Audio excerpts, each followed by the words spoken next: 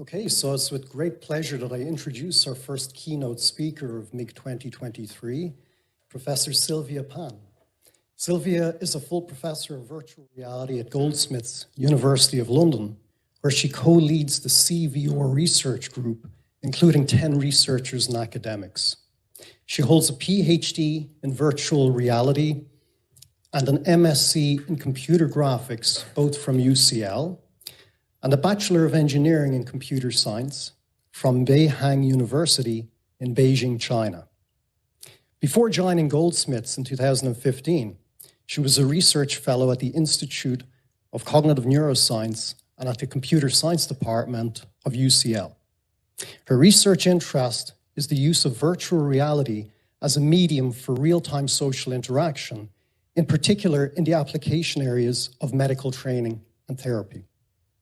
Her work in social anxiety in VR and moral decisions in VR has been featured multiple times in the media, including BBC Horizon, the New Scientist magazine, and the Wall Street Journal.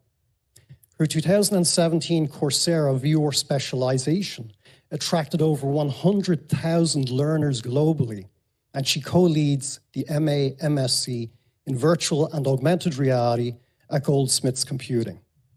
So Sylvia, you're very welcome here to give your keynote speech on virtual social interaction. Thank you. Thank you. It's really nice to be here. Yes, so my name is Sylvia, and I'll be talking about virtual social interaction. Maybe before I start, I know this is not a traditional VR conference. So how many of you have tried VR before? Great. All of you, pretty much. And how many of you actually has a VR headset at home? Okay, great. And how many of you actually use your VR headset on a weekly basis? Okay, good. Still about, 20% for the last question. But that's something I observed. But hopefully after today, we'll have a better idea of what VR is, how does it work, and how it could potentially help us in the future, and how, in which kind of context we should be using it more often. Right, so before going into VR, I have a question for you. Which one of these two is longer? Shout out. Okay, I think people are getting smarter and smarter on these questions. So they are exactly the same length. I actually did this during my second maternity leave when I have a baby and a bunch of those train tracks and have nothing else better to do other than checking on my phone, checking my email, like Rachel. But I chose to do something like that. So despite knowing that these two are exactly the same in length, we can't stop feeling that the one on the left is slightly longer. Is that right? Do you all agree? Yeah. So this is something called an illusion. And that's not the only optical illusion. I didn't discover optical illusion, of course, myself. There are plenty of examples out there. So the first image, those horizontal lines are actually in parallel if you look them very closely, right? And then the second image, if you kind of look away, it looks like almost like it's moving, but it's not. It's an image, it's not a GIF. And then the third one, you're just going to have to take my word for it. So the two squares labeled A and B are actually exactly the same color. Don't do it now, but afterwards feel free to just Google color illusion, color perceptual illusion. You will see that image, and you can use a grayscale picker to actually compare the two colors. Or you can kind of block off all the surrounding bits and really look at them. They're really exactly the same color. Okay, so the point I'm trying to make here is that hopefully these examples shows us that our interface with reality is not as reliable or robust as we'd like to think. But for me, virtual reality is actually just an illusion like these ones, but is supported by technology. So through real-time tracking and computer real-time graphics, it taps into our interface with reality. And by replacing the world around us with simulations created in VR, hopefully it can trigger illusions that could challenge and reshape our belief of the world we live in. And that's kind of the basis of my research. So how does it actually work? So I summarized by Professor Melstetter in 2009. By the way, VR didn't just happen in 2015 all of a sudden because of Oculus. There's been research in this area for 20, 30 years, actually since the 90s. So as Mel summarized in 2009, when you put a VR headset on, three things happen. First, you have 3D vision. You have two different images, one for each eye. That's how we see 3D. Just like when you go to the 3D cinema, you put the glasses on, you see a train coming, and it's very scary. But the thing is, in a 3D cinema, when you see a train coming, if you look to the side, you see your friend sitting next to you. But in VR, that's not the case. You literally have it in your face. There's no escape. Right, so whatever you look around, you're kind of still trapped inside the virtual reality. Just like in a sense, in real life, when we put a headset off, we're trapped in reality. Okay, so this is actually something quite important. And lastly but not least is in VR, you have something called sensory motor contingency, which means that inside VR, as you move your body, the display also updates according to where you're looking at. Okay, so this basically how we perceive in reality is we move our body's sense of motion, and then we receive images through our eye, and our brain integrates the motor, sensory, and visual input we receive, and that's how we develop our perception in reality. Every single second, I'm navigating in this space. And the same thing happens in VR. So in VR, your brain really takes the virtual stimuli as if it were real. And we have lots of very kind of, at the back of our head, very low-level sensory perceptual neurons developed exactly for us to navigate in the real life. And in VR, the VR interface kind of hijack this process for you to really feel the simulation is actually real. And there's very little you can do to kind of fight against that. Right, so that's kind of technically how VR works. And that's when you have the illusion, you have something really overwhelming, and to the extent that reality doesn't really matter that much anymore. And this guy may look ridiculous in reality, but for him, he doesn't care. So it really takes you somewhere else rather than your actual physical space. And that's really, really important. Most VR applications actually uses this feature. And for my work, as I showed, my topic is virtual social interaction. And that's exactly kind of the same concept, but just instead of taking you somewhere else, using VR, we're taking you to be with somebody else. And as I said, we've been working in this area for a very long time. This is actually my master's thesis back in 2005. We published in 2007. So I'm going to play the video. So this is a cave-like system. Right? So it's slightly different from the HMD device. Back then, the HMD device is massive. I can wear it about like 5 minutes without breaking my neck. But this is very similar. The 3 sort of points I made earlier also applies in this system. So I'm just going to play the video. That shirt looks great on you. How much was it? I think it was about £20. It's quite cheap. Thank you very much, though. You look very nice too. Oh, thank you very much. So as you can see, I don't know if you noticed, the guy was swinging his body left and right? He was really enjoying the conversation. She made a compliment to him, and he said something nice back, and he's really, having a nice time. And he's enjoying this so much that he wanted to be closer to her, that he went actually all the way back to the back wall of the cave to try to be closer to her.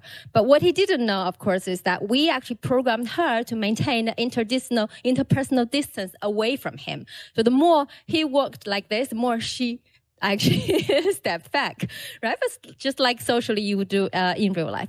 So we were really, really happy that this really worked, because the whole idea behind this application is that we want to use the immersion, the kind of really kind of strong experience you have in VR to develop application which could help people who otherwise suffers from social anxiety, right? So these people, they get, it's not like they're not interested in social interaction. They are. Maybe they're even too interested in social interaction. They really want to make friends. They get too anxious in the process, and then they experience extreme anxiety, which they started try to avoid the anxious feelings, so they lock themselves at home, and then the less you interact, the worse you actually become at it, the more anxious you become. So we're trying to use VR as a way to break this vicious loop, so that we can go practice with a virtual human and to build some confidence until we're ready to embrace the real world. So that's kind of the idea of this work back in 2005 when we started it. And since then, my PhD thesis was pretty much in that area. I've also worked with neuroscientists in using VR to study the brain mechanism behind certain neurological disorders, such as autism. My main kind of work at the moment is using VR to develop scenarios which help medical doctors to train their communication skills, which I'll show a bunch of videos. I will also touch up on some work we did related in the area of machine learning, where we created AI characters for immersive gaming, and and this is also a collaborative work with the creative industry in the UK, which I found really interesting. Right, so these are the agendas. I'm going to try to spend the next 40 minutes, hopefully going through these 3 areas and leaving about 10 to 15 minutes for questions in the end. Okay. So, so the first part I want to talk about VR for medical communication training. I know this is like the very first talk in the morning, we're still kind of waking up, so I put lots of videos. Hopefully this will keep us awake. Okay, so I've done kind of 5 pieces of work in this area already. Actually, I'm just going to show it instead of explaining which each one is. Okay, let's start with the first one, which is antibiotics prescription. A bit of background. So I don't know how much you all know about superbugs. So they're the kind of bugs that are antibiotics resistant, right? So it's like if you get superbugs, there's nothing medically the hospital doctors can do other than, trying to get your own immune system to fight with it. And for people who are with a vulnerable immune system, like young children or old people, this is extremely dangerous, right? But by 2050, if we don't do anything, superbugs could kill 10 million people a year, which is more than cancer. But what actually is causing this is actually the overprescription of antibiotics. It is a major contributor to superbugs. But medical doctors often say they find it difficult sometimes to say no to patients who they know that this patient doesn't need antibiotics, but they wouldn't take no for an answer because if I'm sick, I need some kind of medicine, right? And that's one of the main problems. So we developed this scenario to basically help, get medical doctors to actually go through this with the virtual patients. So I'm just going to show the video. Isn't it better that we give her some antibiotics to help her immune system? Well, unfortunately, that's not how antibiotics work. Reassuring as I can, I do not think that there This is... is so unfair. It's going to ruin our holiday. I'm going to take this up with the local health authority. I think you are unfairly denying medicine to my mother. Okay, I appreciate your concern. Thank you for your feedback. My mother worked and paid national health insurance all her life. Now look at what's happening. Sure. I mean, this has got in no way to do with your mother's health insurance payments. They say on the news that old people are just invisible, not treated with respect by the NHS. Thank you very much for I sharing. suppose that this is all government cuts to the NHS, but that's just an excuse. You could give us the antibiotics if you wanted to. Well, I don't think it would be good clinical medicine, as I've explained before. I'm very sorry to have to cut the conversation. Yeah, so now you all know how to get antibiotics from your doctors, but please don't. So we ran this study actually with 21 medical doctors, and they all know these are virtual patients. They're not real. They know this is VR. They know they're being videotaped for what they're doing, and they know this is medically a clear case that antibiotics shouldn't be prescribed. Actually, that was their first suggestion in the beginning anyway, but obviously the patient then persisted. So can you guess out of the 21, how many managed to say no towards the end? Shout out the number. 4. So only 4. Actually, we had 12 experienced medical doctors and 9 trainee doctors. None of the trainees were able to say no towards the end. 4 out of the 12 was able to persevere towards the end.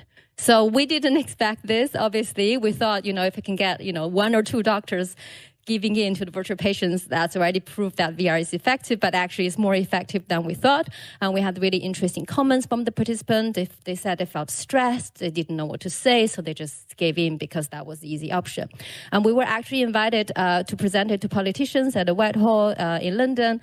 And then when we were setting this up, there were interns trying this application, and within about 30 seconds, they go, this is your antibiotics, leave me alone, I can't argue with you, this is too scary. But then we had a politician, I don't know who he was, but he must be someone really senior. He put a VR headset on. He's not even a medical doctor, but he was just arguing with virtual patients over and over. And his assistant was standing next to him saying, you're late for your next meeting, you need to go, trying to stop him. He's like, no, let me finish, this is important. So I think this is an example that really shows that your skills in actually, arguing with things, provide an argument and really sustain your position is something that comes with experience. And hopefully virtual reality is one way to really simulate the stress, anxiety, and lots of the emotions we experience in real life when we're having a argument with someone. So that's kind of, so this work then lead to the next one. So when we presented that work, we were approached by lots of medical doctors.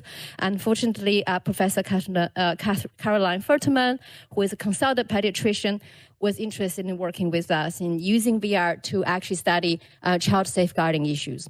And we're really privileged to work with her because she is actually one of the co-authors of the Child Protection Practice Manual in the UK. So she's an expert in child abuse and how do we, plan and train people for safeguarding issues. So with her help, we developed lots of child abuse cues, and this being one of them. He'll be quiet, right, Tom? Tom, sit here. I don't know what's going on in this boy's head. So what's happening here is the father is having a consultation with a doctor, and he said, I have my 6-year-old that has to come with me, right? And in this case, they're never going to show, actually, they're not going to abuse their child in front of a medical doctor for sure, because, that's, they're clever enough not to do that. But what happened here is he gestured towards his child, as a sign of frustration, but the child automatically ducked his body. And this is a sign of domestic abuse at home. And all medical doctors should be trained to watch out signs like this, right? But we are going to now put them in test in a VR system and see if they can actually spot the signs. And that's what we did here. One option is to have surgery through the chest to replace the valve. And one is... that's open heart surgery. Exactly. Open me up. Exactly. And the other option is to try and replace the valve through with less invasive, as we call it, so through a catheter into the heart, which they don't have to cut you open. So that might be a better option. Yeah. That's the red one, isn't it? Yeah, that's right. What's the worst that could happen if I do the open heart surgery? Cool. Worst that could happen with any procedure like that is that worst can happen obviously is you don't survive it, and open heart surgery. That's why it's important. Am I going to die if I go to open heart surgery? I don't think any cardiologist would recommend it if they thought you were definitely going to die at all. If I could, Dad, I need to do that. For Christ's sake, we're having an important conversation here, you little shit. Tom can hold on, can't we? Just cross your legs. This is far more important. Okay, so I'm gonna pause here. So as you can see, actually it was the cave-like system, so that not only they can see the father and the son, they can actually also see the little laptop in front of them, the real laptop, so that they can read consultation notes and they can afterwards write up their notes as well. And that's what they do in real life. And we're trying to see that if you have quite a cognitively and emotionally demanding consultation session with a father who has to decide between two very complex surgical procedures, do you still have the both cognitive and emotion bandwidth to notice what else is going on and then actually also write it in your consultation notes, because that's the outcome of the consultation. If you see there's child abuse sign, you don't put it in the notes, basically you miss the really important opportunity to help this child, right? So basically here our dependent variable, the main one is note, basically the quality of note they took. We had 63 participants, and we had then 10 independent raters to look at all their notes out of the consultation, and then they're giving them a score regarding awareness of child safeguarding issues and development of some strategies to address those concerns. We also collected independent variables such as their perceived level of stress before they came in, actually one day before they came into the experiment, and also their personality. So our results first show that there is a significant negative correlation between the quality of their notes and their perceived stress level, right? And first of all, you can see actually the y-axis here is the quality of their notes. And some medical doctors actually received 0 for that one is because they didn't even mention there was a child in the room, which is basically against all sorts of regulations. And some medical doctors get really good notes because they spotted what's going on, and then they had what exactly the action plan, what should be taking place after this consultation.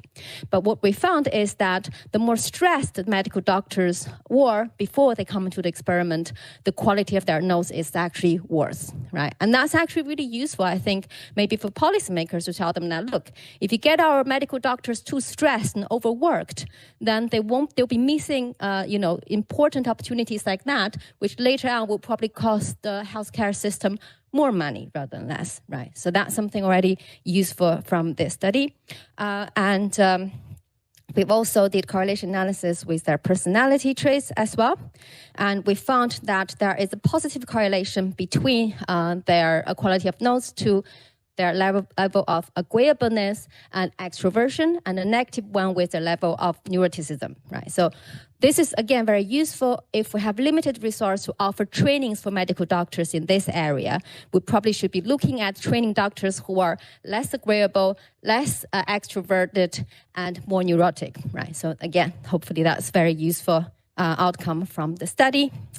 We have some comments as well, which I think I took the slides off, but basically all doctors are saying this is actually quite a stressful situation.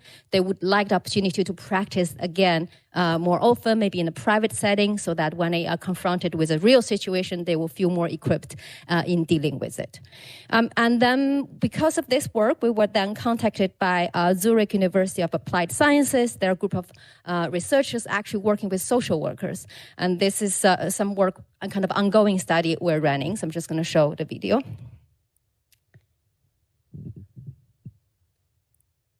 So this is actually... Sit down! I'm talking to you!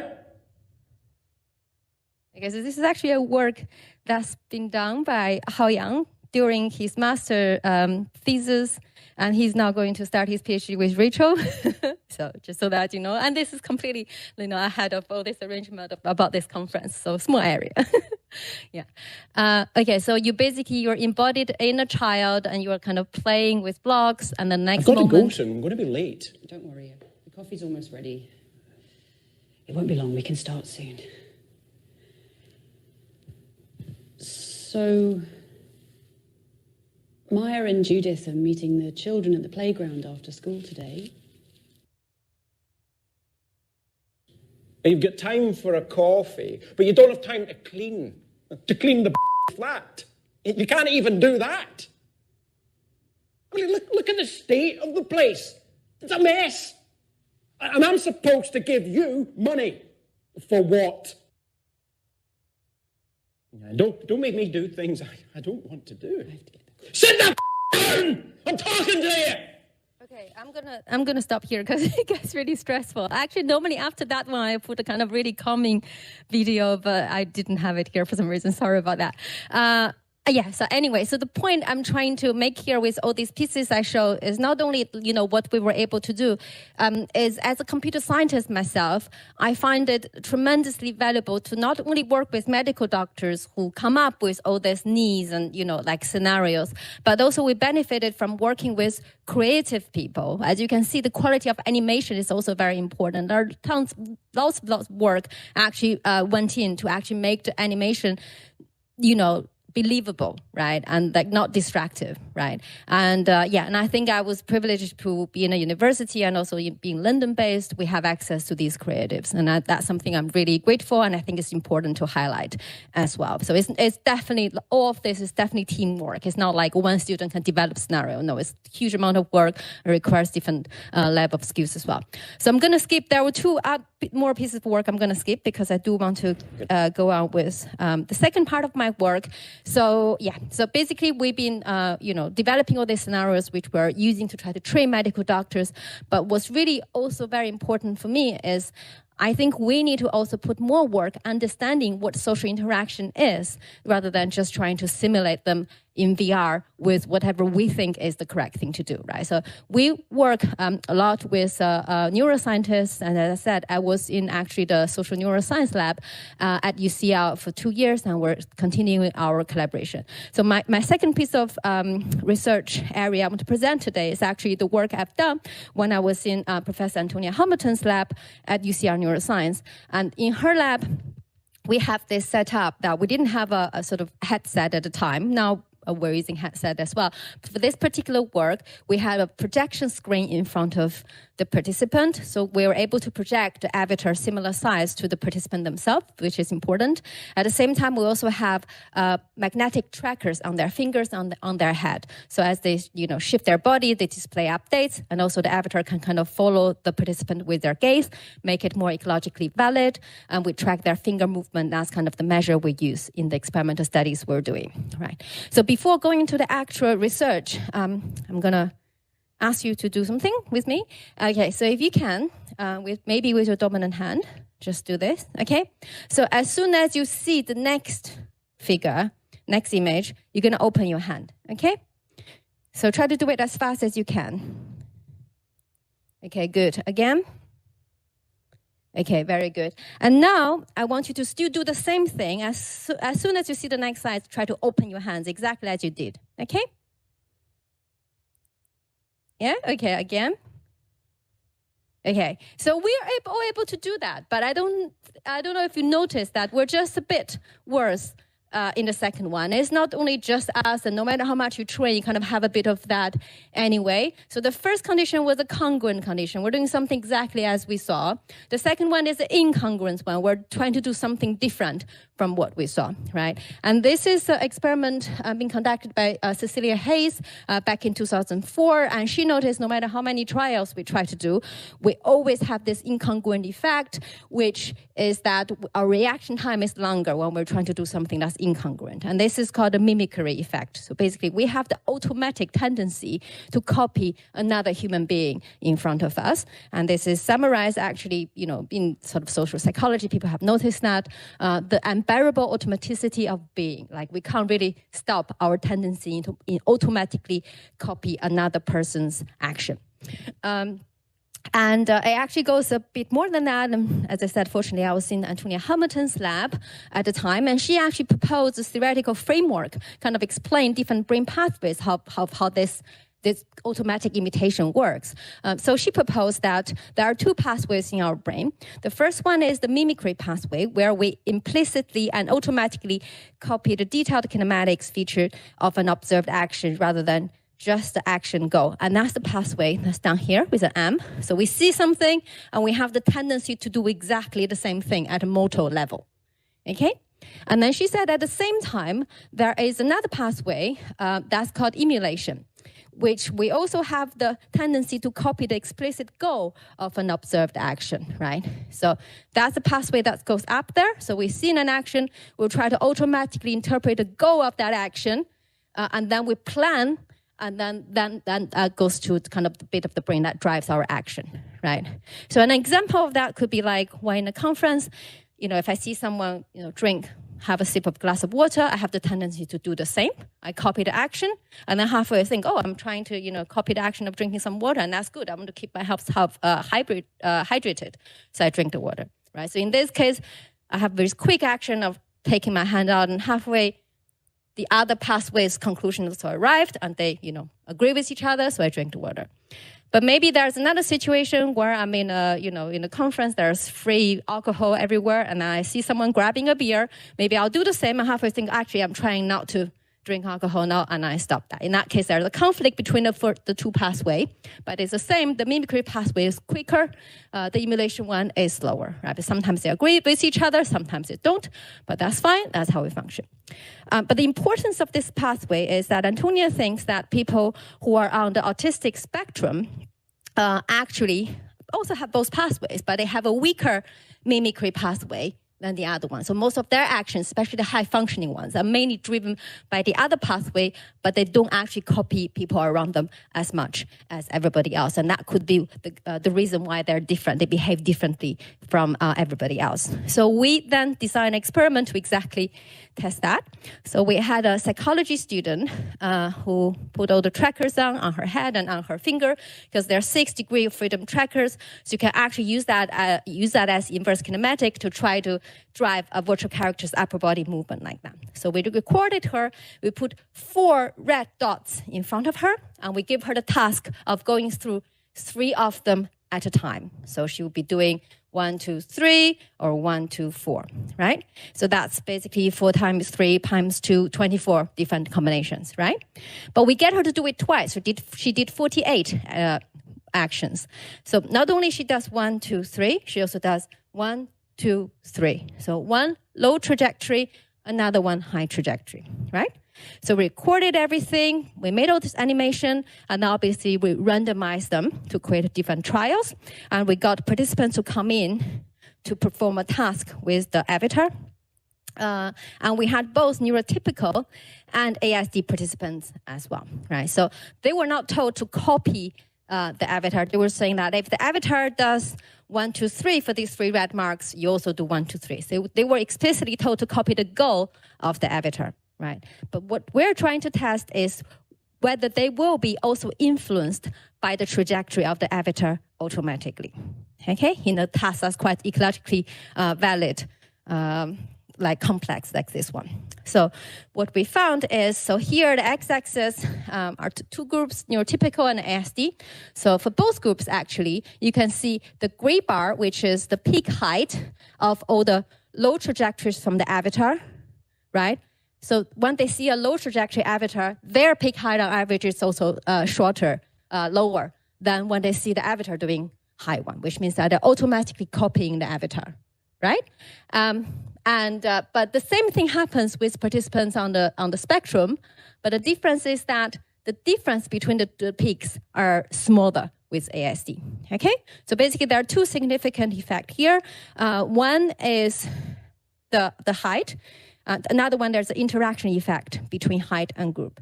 So basically, we found evidence that in both groups, there's evidence for mimicry, but we also found ASD participant mimicked less. Okay. There's actually another condition we set up, but I don't have the time to talk about it. But I think this is just one example to show that how we actually use VR to collaborate with social neuroscientists to actually help them to understand social interaction. And I think that is a really, really important part which informs my understanding of my design of the VR application we're working on. And so that's kind of the 2 pieces of work I've showed. So now I'm going to spend the next 10 minutes about the AI-driven characters for immersive gaming, and then I'll wrap up the talks and leaving some time for questions. So we have also been working with creating AI characters for immersive gaming. And this, I think, is very much informed by the neuroscience study we just talked about. So we developed some understanding about social interaction and how we could use technology to actually help understanding social interaction in real time, the kind of social signals we should be capturing. And then we use that knowledge to work with the industry. So we were fortunate enough to work with the Peaky Blinders team. Do you know Peaky Blinders? How many of you know? Okay, good. Oh, that's quite a lot. Yeah, no, I think it's getting more and more famous. There was a time I used to use this question to test how British you are. Basically, if you know this, you're British. If not, not. But I think now it's getting a bit more famous in the international stage. So we were lucky enough to work with the Peaky Blinders team because there's a game company who have basically the copyright to develop a VR game for Peaky Blinders. And if you watch it, it's quite an intense TV series. It's actually very about characters, about stories, right? So the idea is that they're developing a VR game for Peaky Blinders. How can we make the characters more engaging using the power of virtual reality? And that was what we got the Innovate UK grant for. So the 2 companies we worked with is Maze Theory, and Russ Hadding is a creative director, and Dream Reality Interactive, and Dave Rignard is the CEO. And the student who worked on it is Christina Deborah, and with my collaborator, Professor Marco Gillis as well.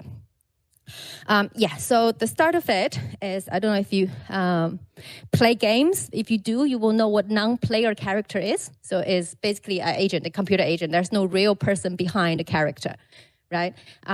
It's like I would use Pac-Man. If you play Pac-Man, Pac-Man is your avatar where the ghosts are agents. The ghosts are the non-player characters, right? So my problem with applications in gaming, especially when it comes to VR, is that everything could feel super realistic until the characters start talking, and then you need to kind of reply to the virtual character. But normally you were given like 3 choices. And for me, this really breaks the illusion that VR created. You know, as I said in the beginning, VR is all about creating this illusion. But if a character talks to you, all of a sudden you have a drop-down menu. All of a sudden you don't have any suspension of disbelief anymore. You're out of kind of, the immersion and everything. And that's something super important for us because we know that's how the illusion works. So I always wanted to kind of do something with this. So when we got the ground, we did lots of brainstorming sessions, and I suggested, look, maybe the avatar can say something, and the participant can just nod their head or shake their head or say something, yes or no. Because with VR headset, we can detect those. But basically, the game developers were like, no, we can't do that. I was like, why? It was like, they were like, because gamers don't actually talk to a non-player character. It's just, this is a commercial game, we're going to publish it, we can't afford doing it. Okay, so that's fine. So we did all sorts of workshops, we come up with different brainstorming ideas.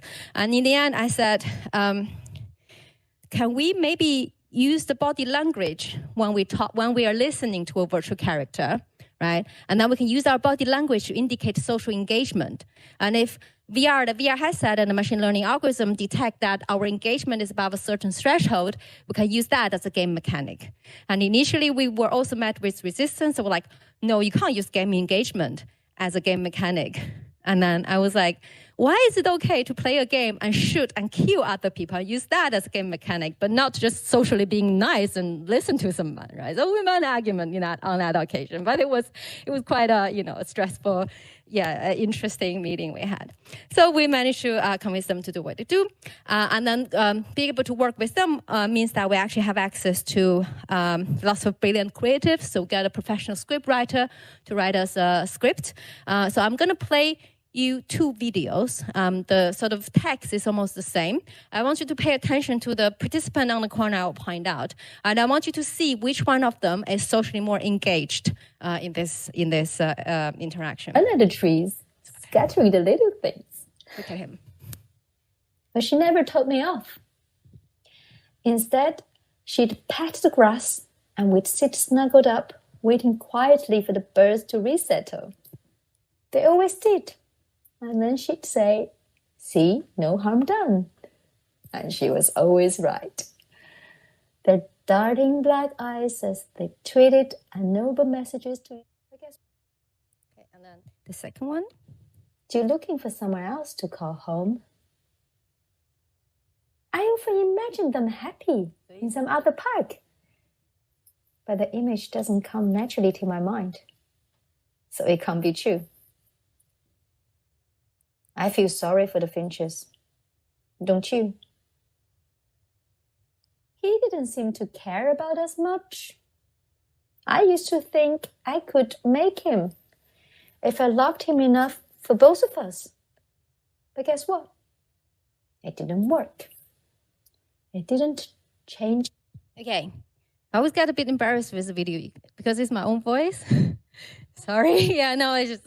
Because I recorded in the beginning with the hope that we're going to have, just a session to test. I'm going to professional person to record it. But as you know, as the project goes along, when you actually have something working, people just can't be bothered to replace it and have the time and money. But anyway, that's just what happened. Get the embarrassment out of the way. So which one do you think was more engaged, the 2 participants, the first one or the second one?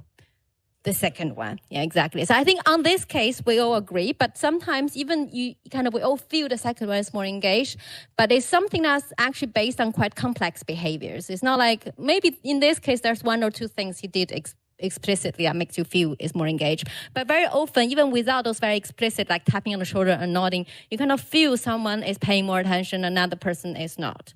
Right, so it's very complex. It's not something easy to describe to our AI system. These are the features you look for. And then and those cues are subtle and sometimes subconscious, right? So we feel it, but we can't really verbalize it. And then importantly, we might also even have different judgment on the same situation. That's completely fine, right? Sometimes we feel A is more engaged than B, and other people feel the opposite. That's fine. That is just our personality, how we feel about the world around us. That's our individuality, and that's completely okay. And that is, the complexity of social engagement, which is a feature we're trying to test in this game.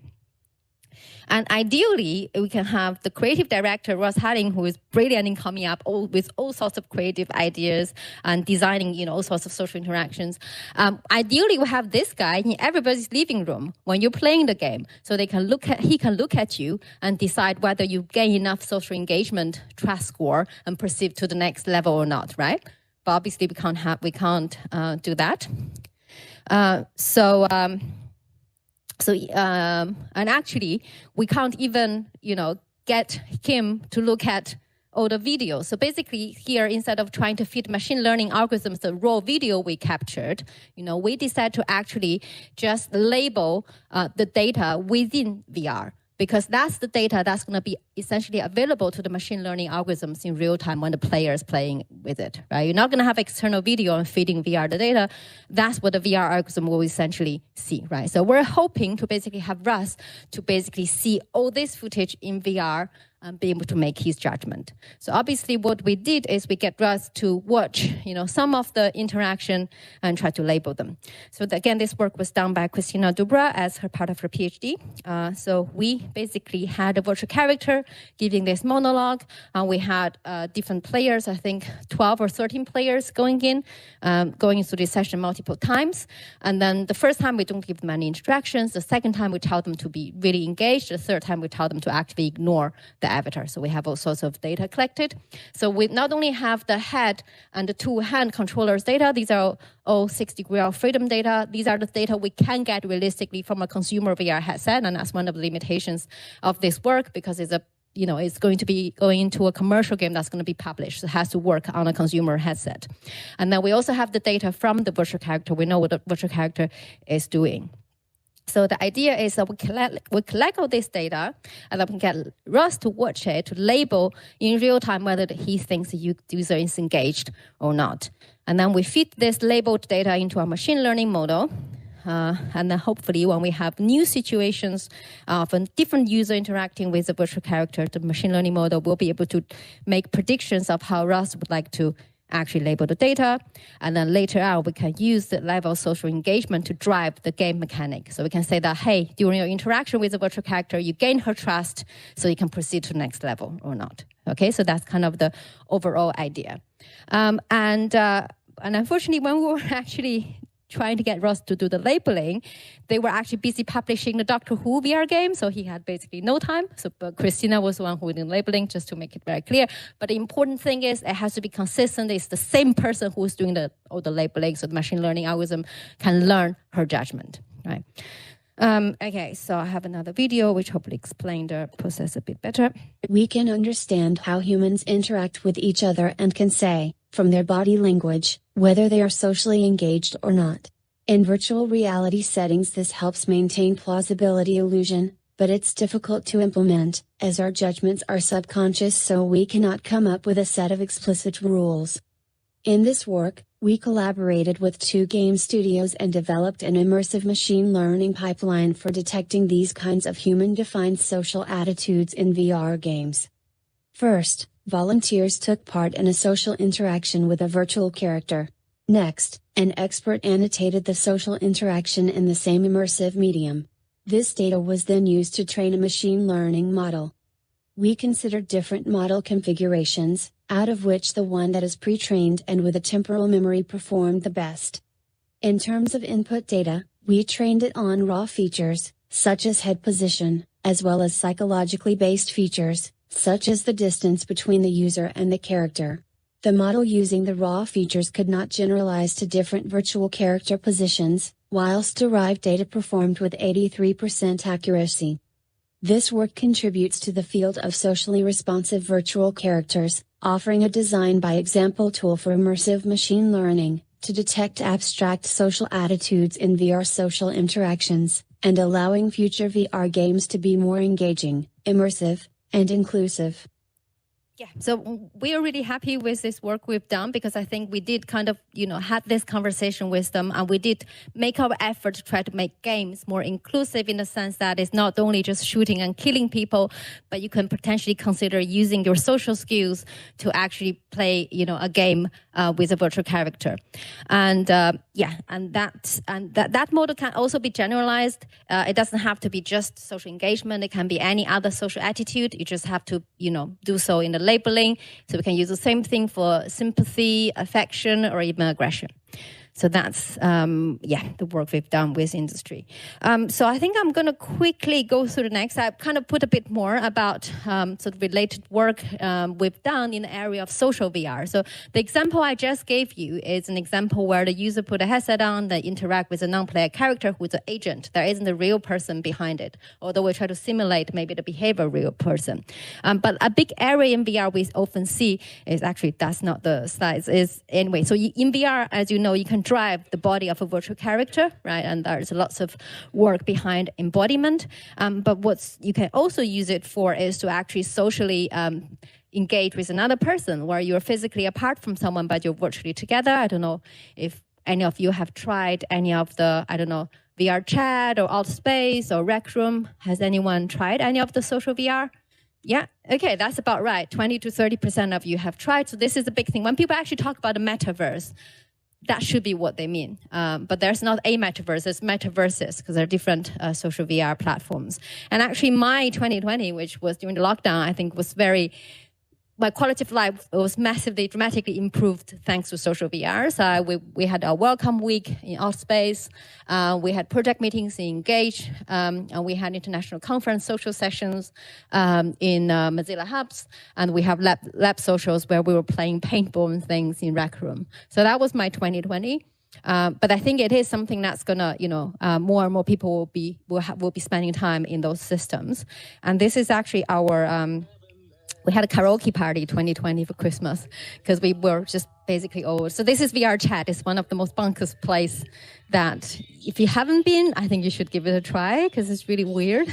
And lots of people actually spend time on it. So I had a high five with one of my colleagues, and that was a really meaningful moment for me, not having physically even get close to, anyone outside the family within 2 meters. We had a high five. So that was quite a special moment. And people will sometimes say that you don't have facial expressions in these systems, but that's just a matter of time. Lots of new headsets you see on the market actually does real-time eye tracking and lip tracking. So it's just a matter of time.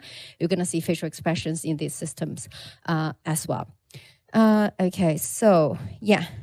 Anyway, so I just want to introduce you. There is this concept, but that's definitely, hopefully, not the future which we're going to be at.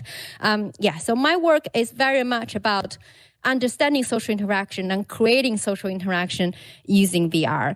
This is because I think social interaction, is important. It's really, when you are, talking to someone who is at your brain, you kind of, synchronize with you, and you really can achieve a lot more than what you can individually, right? And that's actually not just me saying it. There is a study, I think it was one of the longest study ever conducted, over 80 years, by Harvard. And the conclusion they found that strong relationships would be far away the strongest predictor of life satisfaction and better predictors of long and happy lives than social class, wealth, fame, IQ, or even genetics. Right? So I just want to emphasize, I think, the fact that I'm studying social interaction is not just my research interest. It's actually a huge part of what life is, what makes us happy and healthy, right? And I think sometimes the importance of it is being overlooked. In particular, with social media, obviously that definitely corrodes the way we, socially engage with other people. But even with technology itself, it actually try to fiddle with even real life social interaction, right? This is a video, sorry, I couldn't find the source, I just found it online. I don't think it's like... Let's go. There yet, but it could be in the future, right? What are you doing? Stop it. What is this? What? Hello. So my point is technology is shifting the way we socially engage with another person. This is a bit of utopian, but there is no guarantee that some of us don't live like that. And there's even more interesting picture. Again, I couldn't find the source. But this is happening. When I put it on Twitter saying this is the future of social VR, I had lots of replies saying this is the current state of social VR. There are people spending time in VR more so than in real life, and they might be spending time in VR, most of them in a body that's very different from themselves, which is fine.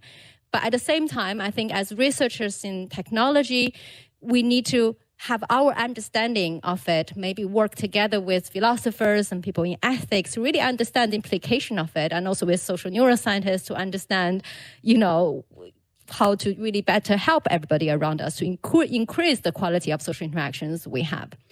Right, I think that kind of concludes my talk, open for discussions. So I run a master's degree at Goldsmiths. If you want to if you're interested, get in touch, not only to study, but also to collaborate with us. We have 30, 40 master students every year. So some of the work I show are actually master student thesis. So you can do like really nice prototype to try certain ideas out. And this is just like 2 weeks after studying with us, they were able, so we start with AR because it's quicker, it's easier, and then they go into VR. But it's important that all the students that develop both in their technical skills, but also their creative skills, because you need both in order to work in this area. I run a research lab together with Professor Michael Gillis, and there are about 10 of us. And one of them, Claire, is sitting here. She's going to be presenting a poster. And we have brilliant collaborators everywhere, both from industry and research. And we also enjoy meeting each other in real life as well. Thank you.